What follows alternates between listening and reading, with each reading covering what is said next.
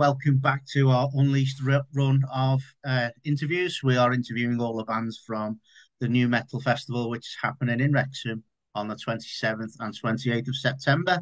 Once again, I'm just going to remind people it is my birthday weekend, so I do plan on drinking one or two. Um, Tonight, I've got a superstar with us. I'm not gonna go on about the fact that he's a week late. But I will bring it up. So last time I bumped into this gentleman, he was on the big stage at Bloodstock. So Sam, Grace Yeah. my house, Well, say hello. because look, I've got a halo now. I've got biblical lighting. This is the kind of this is that after that amazing introduction, I feel like a real superstar. But yeah, hey, how's it going, man? You good? Well, you should feel like a superstar because obviously watching you grow the way you have done, you're on the way. You're on the way. So we Oh, are actually over the moon it that we def can still grab you while we can. yeah, no, well, it definitely doesn't. Nothing feels different in our camp. It's still very much. It's lovely. It's lovely that as I was saying, saw you at Bloodstock. It was lovely the reaction we got there. It's lovely the reaction we've had online since then, and kind of people really resonating with stuff. But yeah, it still feels like the same band that we were like in 2016 when we started, just a group of mates having a bit of a laugh and not really taking things too seriously. But yeah, and also sorry for being late by a week. So last week I got a phone call a bit after 8 o'clock, and I'd completely forgot about this interview, and I just completely missed it. So yeah, apologies, my bad. No worries, no worries. So we might as well start where you just, briefly touched on there. So 2016, you started Metal for the Masses, and you say, 2016, you look back and you realize it's actually 8 years, which is quite a long time. Yeah, So yeah. give us a give We us a brief history.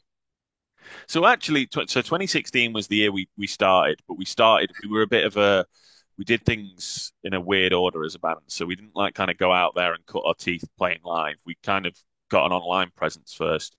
We put an album out before we'd even played a show. We kind of recorded this album just ourselves and kind of, it didn't really expect it to see the light of day, or if we did, that kind of thought, well, if a few people listen to it, that'll be really cool.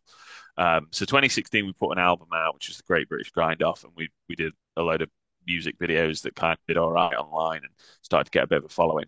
2017 is when we were like, okay, let's try and people started asking about is if we did it live and if we so it kind of came out of the online videos of like, oh, I'd love to hear this live. Are you ever playing? If you're in Manchester, do this. And we were like, well, maybe we should give that a go. And the first show we played, Metal to the Masses in Nottingham. Stupid idea. Why would you enter a competition? Like bands that really like kind of like hone their craft to go and do Metal to the Masses, and they're like, okay, we need to make sure our stage show is in order. We need to make sure we've got this nailed. We need to be tight as possible. We were just like, yeah, first show, let's go and play Metal to the Masses for a shot, play Bloodstock, and we got kicked out obviously because it was our first show and we didn't really know what we were doing. But what was nice is there was a gap between our first heat. We were like heat one and the semi-finals. And in that time, we went kind of round the country and kind of cut our teeth on the UK circuit. Got brought back as a wild card, and then ended up winning the whole thing, which was mind blowing to us. We were like first year out as a band.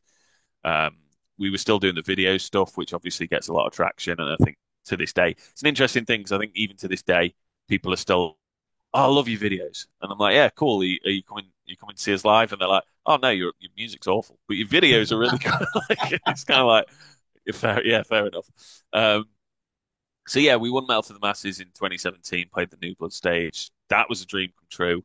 Tent was really busy for us. We were just like proper chuffed. And then yeah, and then kind of kept going, put another album out. We played the Sophie stage. We were supposed to play it in 2020, but obviously, you know, um, the world, everything went grinded to a halt in that regard.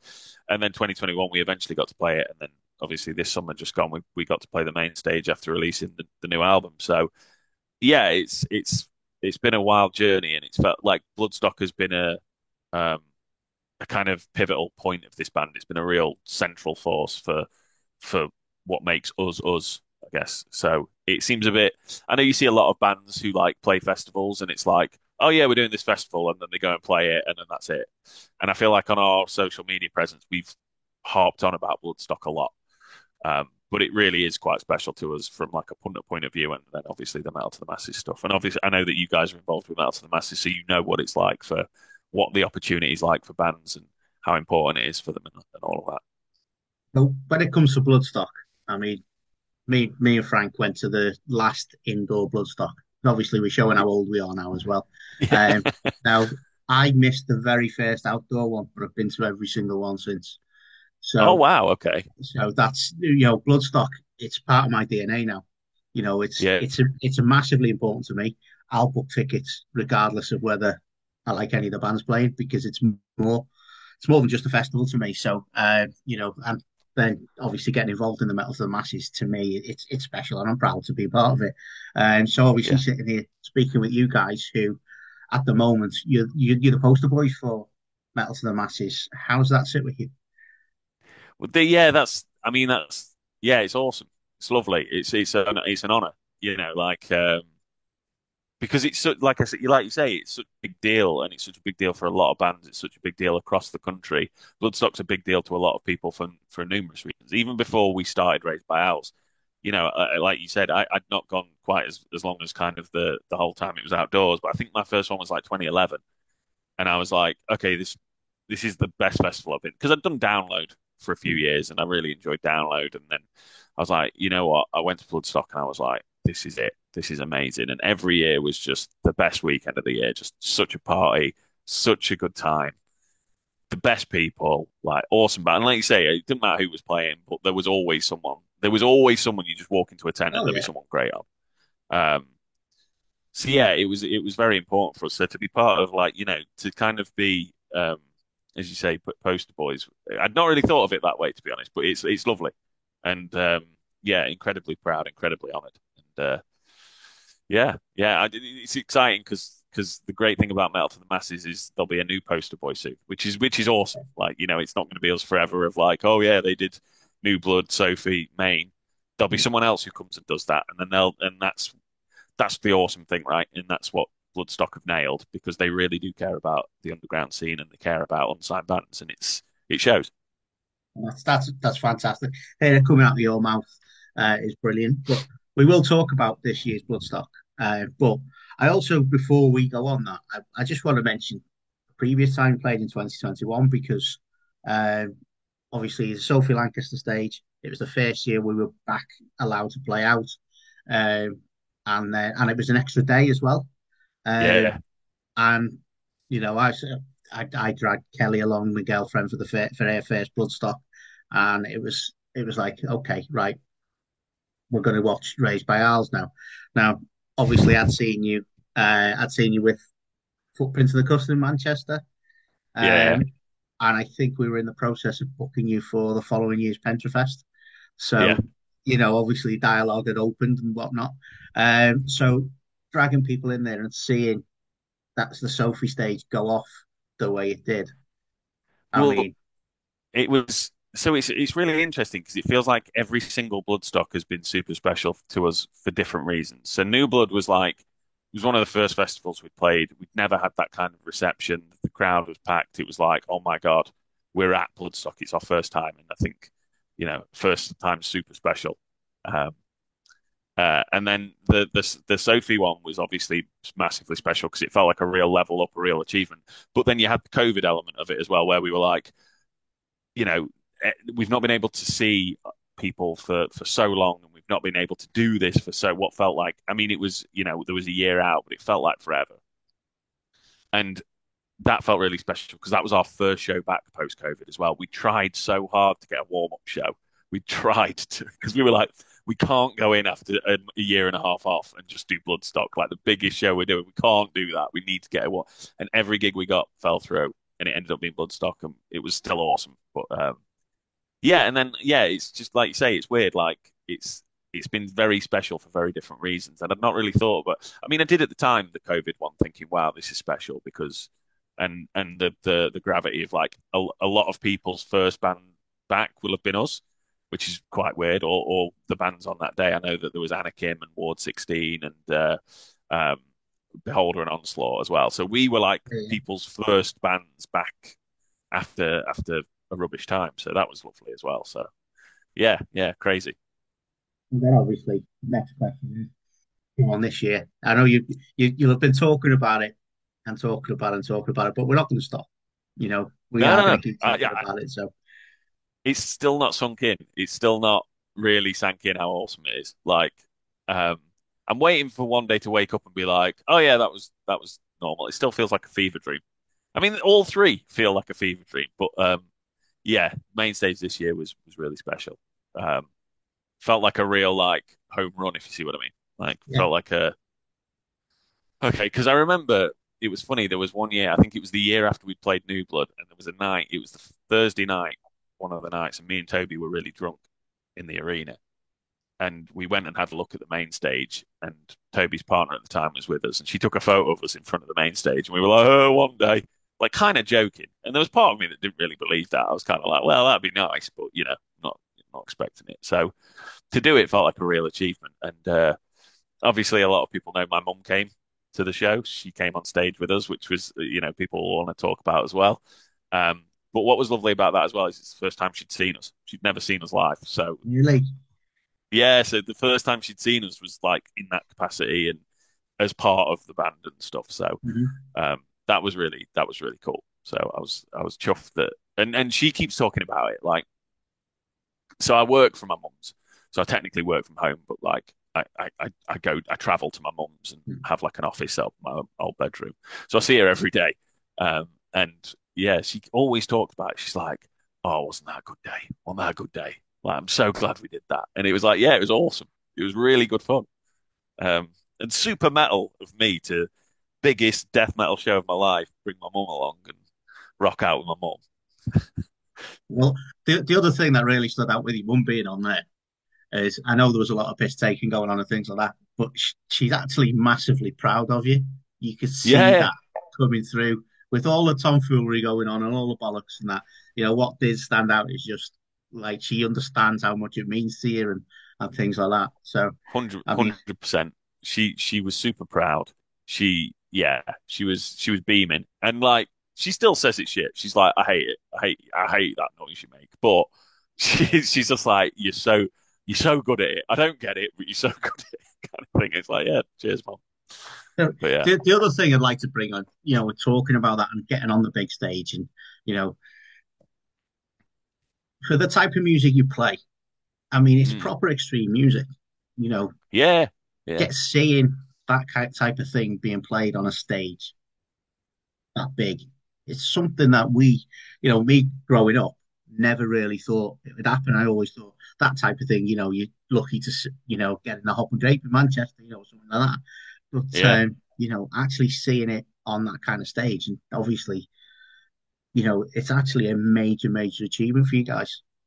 Oh yeah, massively, because it's very inaccessible music. Like and then that's kind of comes back to what I was saying to you earlier about like the sketches are way more accessible. Like people love the sketches, but then they're like, yeah, the music's not for me, or yeah, it's too heavy for me, or I just don't like it, which is fair either way.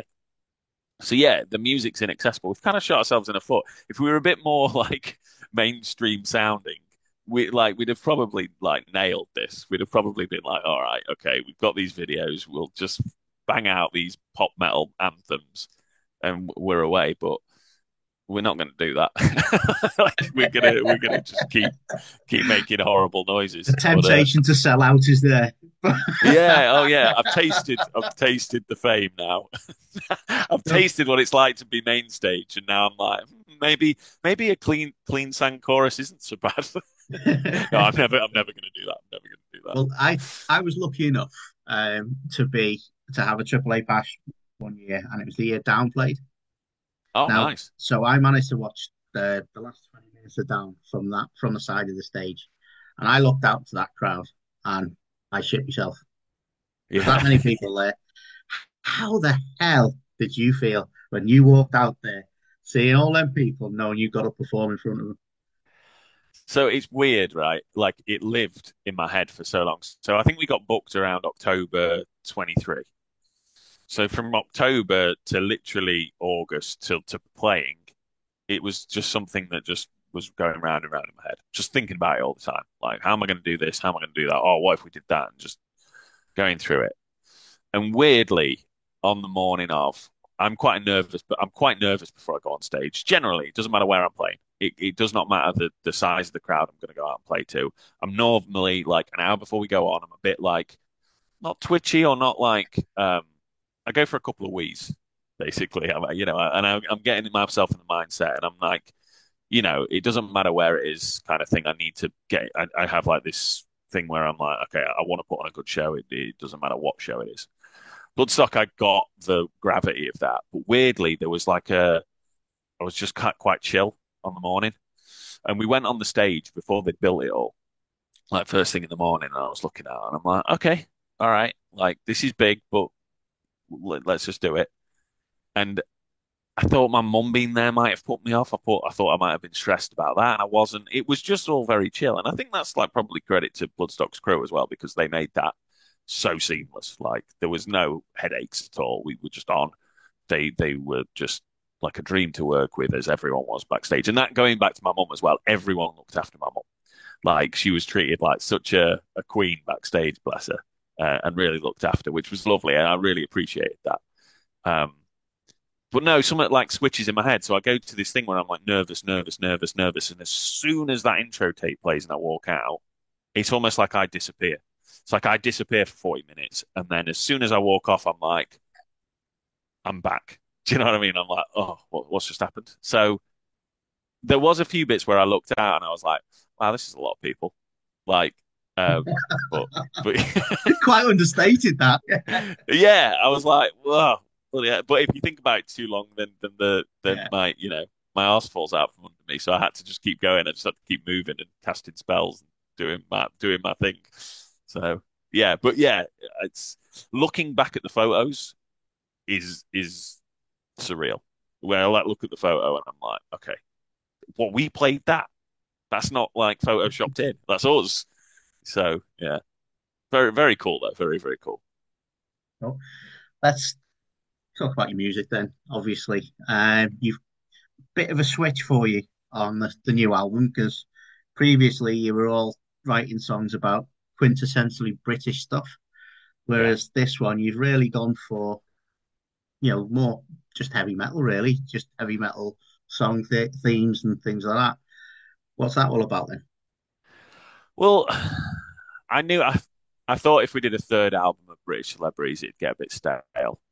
Like I thought, I don't know. I just kind of thought people would enjoy it. I think people would still enjoy it. I think there'd still be something that people would get out of that if the songs held up. But I sat down to start writing it when the guys had sent a few tracks to, and I was like, felt a bit forced. I felt like I was just trying to like, oh, what's a morning presenter doing? What's Eamon Holmes up to? Do you know what I mean? Like, and what can I do about someone like that or Lorraine Kelly? And I'm like, well, I don't know. And then in 2020, when we started doing the videos, we started obviously parodying like metal the metal subculture and like the things that we do as metalheads and other metal bands. And obviously, it's all about the golden rule of comedy for me anyway is you never punch down, you punch up. So we would always go for bands that were way bigger, like Metallica, Megadeth, Five Finger Death Punch, Slipknot, like that kind of like level. Like they're never going to get upset by us doing that, and if they do, then like Yeah, fuck 'em. you know, yeah, yeah, literally, like they're going to cry into their millions of dollars at night. Like I'm sure they'll get over it, kind of thing. They can afford a good therapist, I'd imagine. Um, so we'd always punch up, and a lot of people resonated with us kind of being silly, and a lot of those bands actually took it in the stride. Any of the ones that saw it, like, would react very well to it. Like, for example, music video we did about the Dying Fetus t-shirt. Dying Fetus shared it; they loved it. We ended up playing with them earlier this year, Yeah, and it was all because of that kind of thing. So yeah, it felt like a natural progression to kind of go, okay, let's do some songs where we take the mick out of like metal itself and metal bands and do what we've done before, but just make it about metal. And it was a risk because it was like don't shit on your doorstep or don't shit where you eat kind of thing. Um, but I think it's paid off. I think it's done all right. I think yeah, we wanted to elevate it to the next level. We needed to we needed to adapt because I felt like if we didn't do something different for the third one, it had just been the same, and then I think we'd have just kind of meandered along, and that had been it. And I wanted to freshen it up. We wanted to freshen it up musically, and because the guys had like put such effort into the songs on the third one, like I felt like lyrically I needed to up my game as well. So it was kind of good because we were all like pushing each other, I guess, but subconsciously. Barney Greenway. Yeah. My brother made that joke about 15 years ago to me, and we thought it was hilarious. So Yeah. to see somebody else actually going with it and put it in a song is like, yeah. Well, I could kind of see why no one's done a song about it before, but it's always been one of my favorite things about Napalm Death. I mean, don't get me wrong, Yeah. I love Napalm. I love their music. The state, live show is amazing, but his dancing just brings me so much joy. I remember just watching it and being like, I've never seen anyone move like it. It's Yeah. And he phenomenal. just doesn't give a shit, does he? It's just like he just No, no, gets no, on with no. it, and it's like brilliant. So And again, yeah. like a lot of these songs that we do as well, they come from a place of love. Again, uh, so I was saying about don't punch up, but like obviously what we do is never like a hugely scathing, horrible thing. Like it's No, never no. meant to be like this edgy comedy where it's like we're really having a dig at someone. Um, a lot of it comes from a place of love, and a lot of it is just poking fun at things. And like if you read the lyrics to Dance Like Barney Greenway, like it's clearly my perspective of loving watching what he does live. It's yeah, amazing. And I don't know if he's seen it. I don't know if but hopefully he has. Hopefully he liked it. My Like love they come letter. across that they do come across like that type of people, but it's good because that type of music they're seen as gods. They really are, and Yeah, you'd think, yeah, well, you know what? Someone said something now. No one's died. Let's have a bit of fun with it. well, Like, yeah. yeah, yeah, So exactly. And it was like when we played with Dying Fetus, it kind of felt like I was getting called into the headmaster's office. Like, I'm like, are we here because we're in trouble? And they were so sound about it. They were like proper laughing about the video, talking about the video. They were asking about my mum, like, and I said, obviously, it comes from a place of love. They were like, "Oh, dude, you don't have to explain that. Like, it's obvious because it's obvious that like if you're into metal, you get those jokes. If we were outsiders, kind of thing, if we were like laughing at metal from an outside perspective, it wouldn't work because we wouldn't understand the fundamentals of it. I guess so. Yeah, fans first, and then that's how we kind of do it. I guess. what do you think Danzig thinks? Oh, he won't like it. He'll hate it. Like he'll definitely hate it. I'm almost certain that he would hate the song, the music video, and the fact that we bring our mate Jamie out dressed as him he doesn't look anything like him. Like fuck all like him. Well, you had us all fooled at Bloodstock. Yeah, yeah, yeah. For a second there. Oh, yeah. He's. I don't know how long that'll last in the set. It's, we do keep bringing him out, and I'm like, this is awful. This is a terrible bit, but we keep doing it. So yeah, the music video for Danzig, I'm quite certain he wouldn't like it, but I don't think he's seen it. I'd be surprised if he'd have seen it. Wouldn't it be amazing if he did, though? It would be, yeah. I'd honestly love if we got an upset email or or like a cease and desist. I'd get that framed and put or it on could my wall. could you imagine a couple of years time you book to play Download, Danzig's on the bill and he comes out and sings with you. So This could happen. well, or he comes over and like beats me up or something. That's what I always think. Like, am I gonna like go to one of these festivals one day and one of the people, these sketches we've done is going to backfire? So again, and this happened at Bloodstock. We're going back to Bloodstock, but I knew early, so we knew a couple of months in advance we were going to dress up as priests. My mum was going to come out of a nun. It was Sunday. We knew we were on the Sunday. We wanted to do a Sunday service. Perfect. So I started writing some like jokes and bits and pieces to say on stage. And I knew that, like, after the first song, I wanted to go, um, Good Morning Bloodstock. My name's Glenn Benton, and we are Deicide, because I was dressed as a priest. Because I was like, saying that I'm Glenn Benton and Deicide, perfect, mint. So I was quite happy with that joke. I'm quite certain I was going to do it.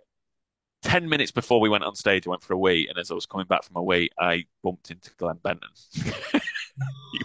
I thought he'd gone home. I thought he played the Saturday. I was like, he's gone home. He's never going to see us. He's not, And he's on the phone to somebody like complaining about something. And I was like, oh my God, he's here. I really hope I don't look to my right or left and he's not going to be outside the stage for us.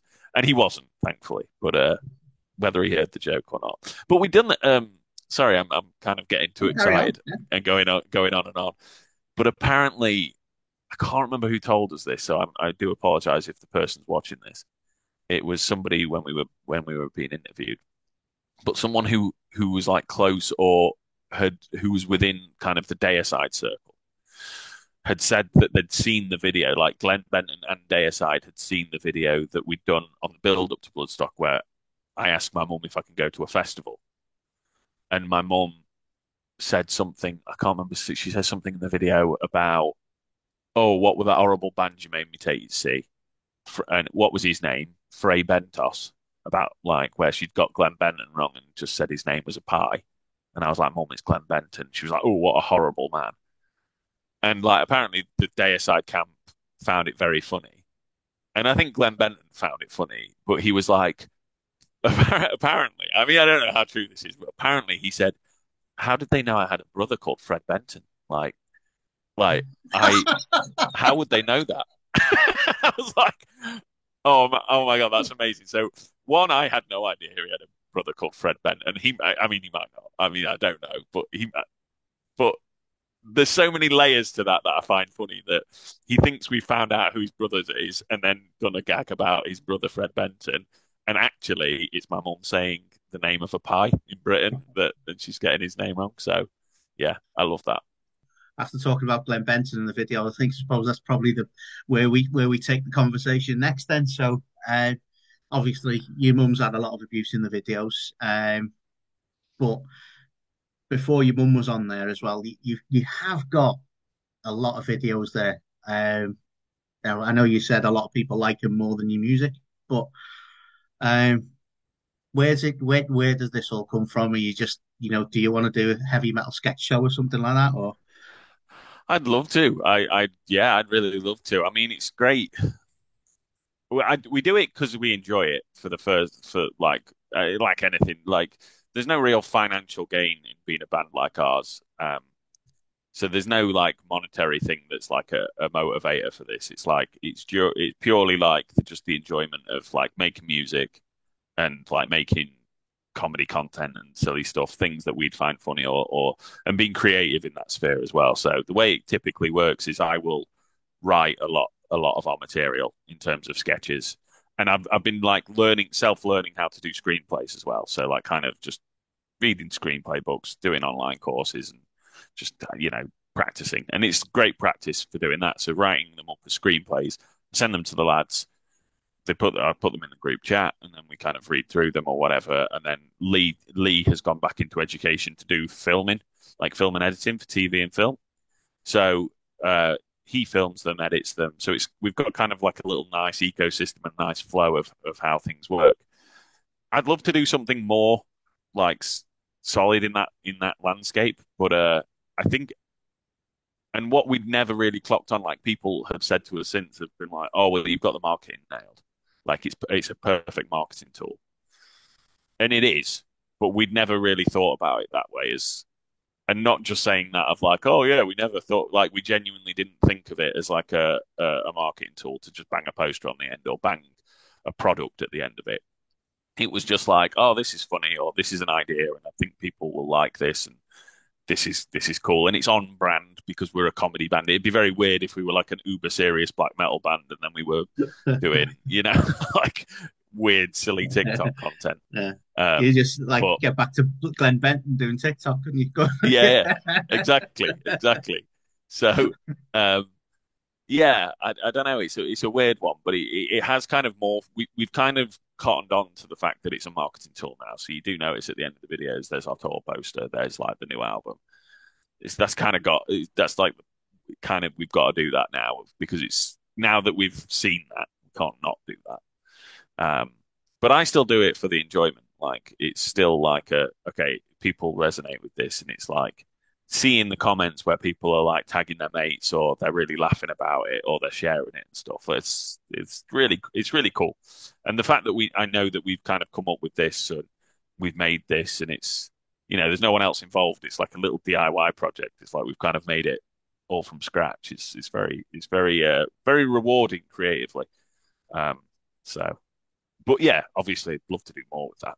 Love to Mm. if someone came to us and was like, look, we've got a budget, you could do a pilot for something, or yeah, I'd bite their hand off. But Right. never The know. one that I always remember from, and it's quite an old one, was when a couple of the guys were in the supermarket, and it's the one where you see another heavy metal fan Yeah, you out in get the wild. yeah. The next thing you know, they're running down the hay and stuff like that in the Oh meadows and yeah, stuff. yeah, yeah. Yeah. So the skipping in the meadow and so yeah, that repeatedly does very well. Like every now and then it'll just start doing the rounds again. And it's funny because that was the first time one really took off. Like one really like that. We haven't had one since then, and I don't think we'll ever get one like that. That one was like stratospheric level viral. Like I think like Nine Gag and Lad Baby and all of them lot were picking it up and running with Really? it and stuff. Yeah, yeah, yeah. And then what was really surreal, and at the time probably naive, like most normal rational people would have been annoyed. Like a lot of people were stealing it. A lot of people were ripping the video, cutting our stuff off the end, cutting our watermarks off, and then like putting their own All right. and Okay. like posting it on their page and then getting more views and more likes. And at the time, I was just like, bear in mind, this was year two, so this was 2017. So we'd been a band for like a year at this point. I was like, wow, we've made something worth stealing. That's really cool. Like, not like, oh, somebody's just plagiarized our work and like got all the glory for it. It was like, oh wow, yeah, we've made something worth nicking. That's pretty cool. Um, it still is kind of like still nice that people enjoyed it so much that they thought it was worthwhile doing that with. But yeah, that clocked on. That was something I thought of when I was in HMV once.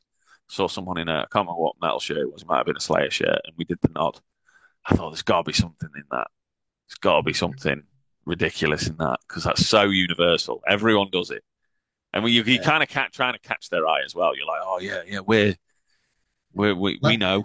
that's the thing, though. You just said did the nod, and I just went, yeah. It's like, Yeah, yeah, exactly. And it's kind of trying to find those little things that we all do and pulling those out and exploring them a little bit. So yeah, that one's it's still our best performer, and it always will be, I think. So um, and it's a firm favorite. So thank you that you enjoy it. I agree. yeah. Well, Appreciate that. just the thing is, it's one of them. When something's memorable, it sticks in your mind, doesn't it? So yeah.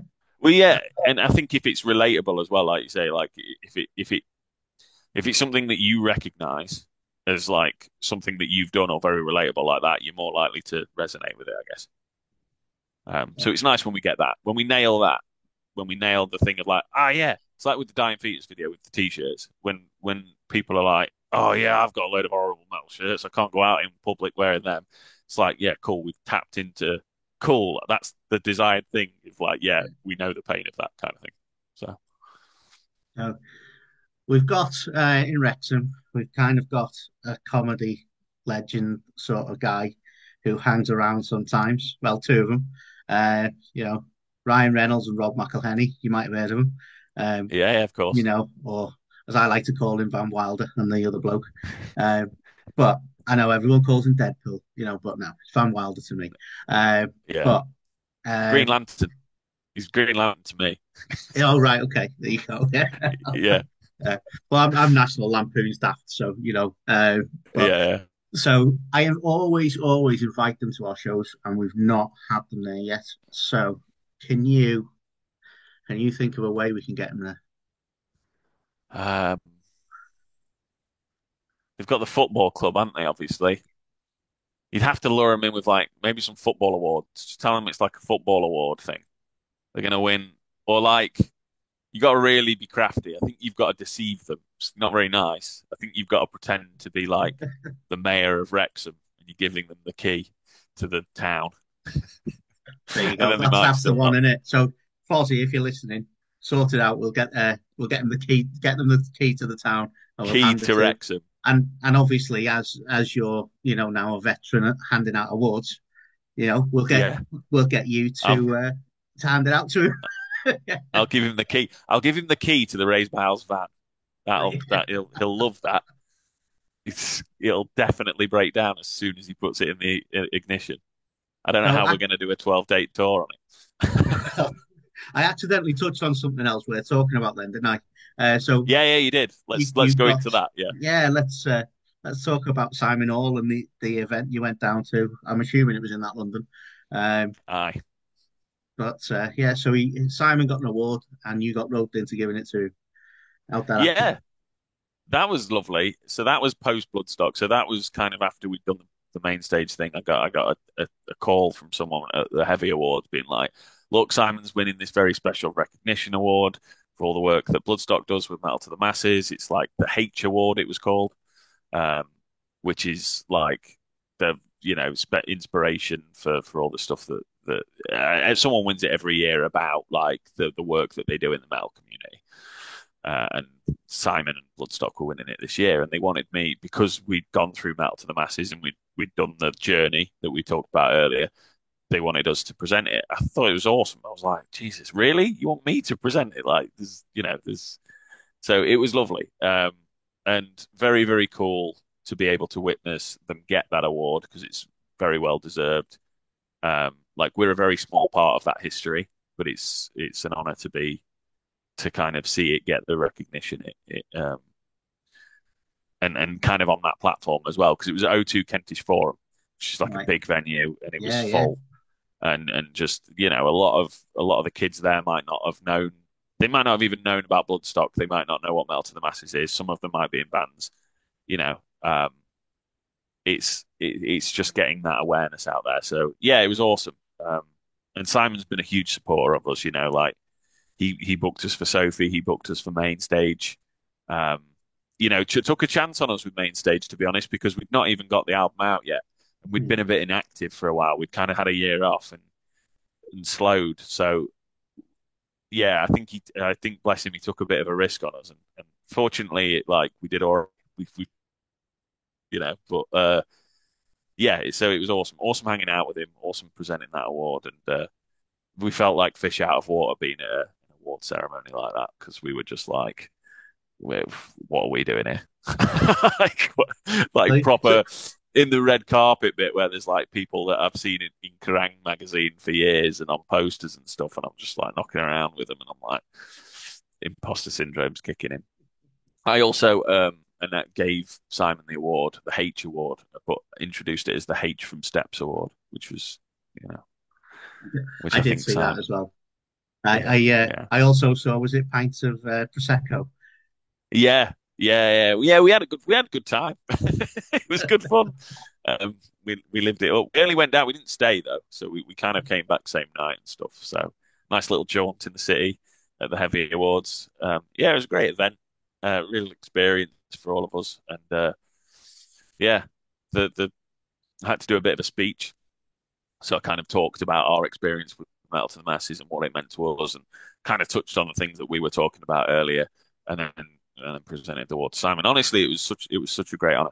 It was really, really, really appreciated being asked. And like you say, it's still very surreal to me. Like when you say, "Oh, we're the poster boys" or whatnot. I feel again imposter syndrome. Feels kind of like, oh my God.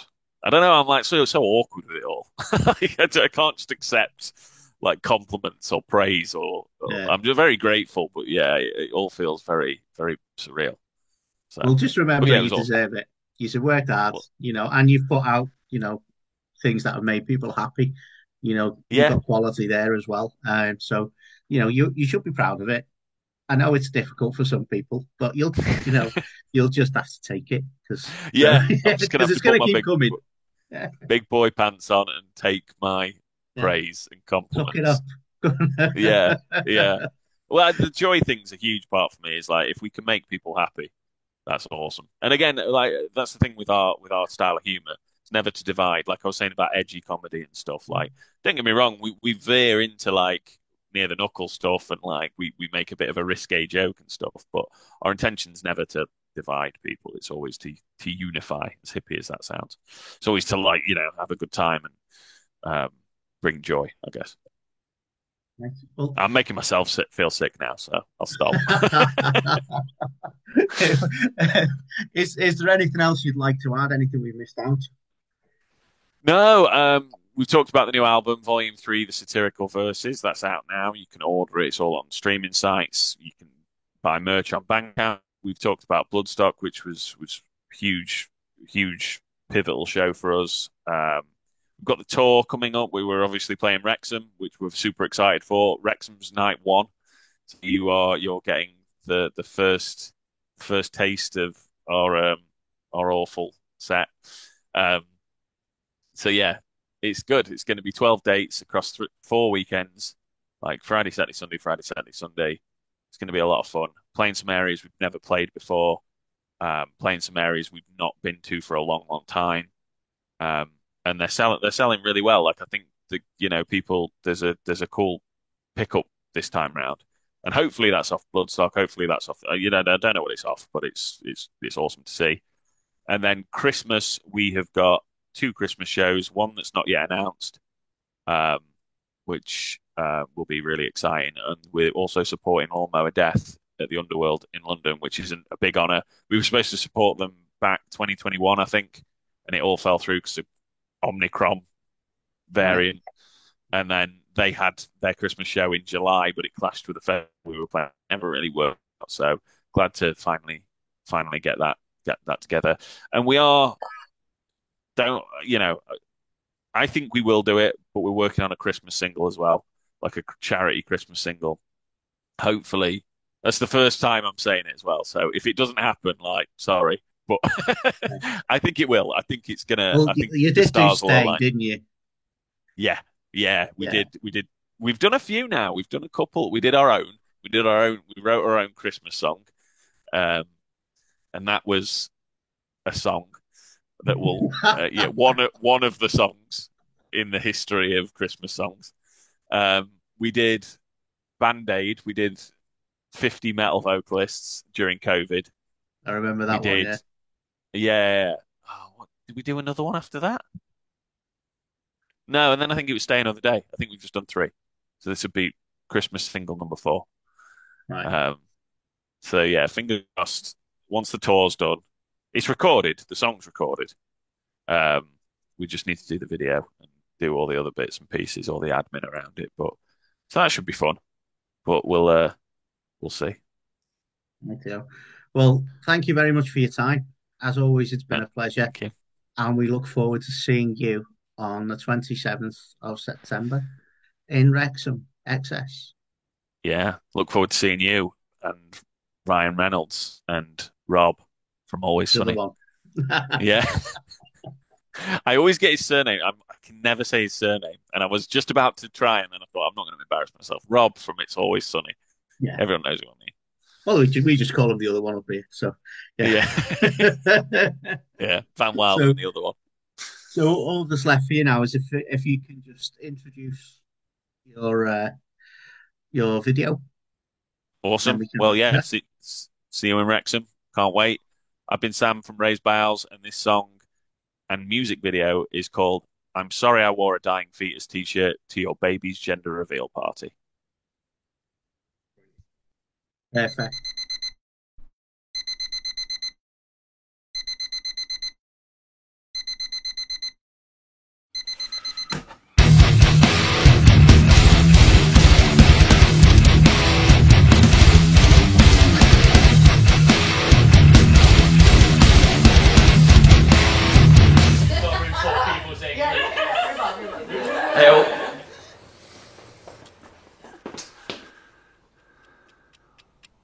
What? It's a band. I didn't mean to. I just threw it on this morning. I didn't.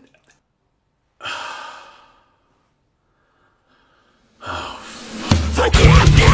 I am not what I've done. I listen to slam and it's made my brain down. Trust me, this ain't no sick twisted Joe. Your next on the bad name and started to Joe. And the bright side, it could have been so much worse. It could have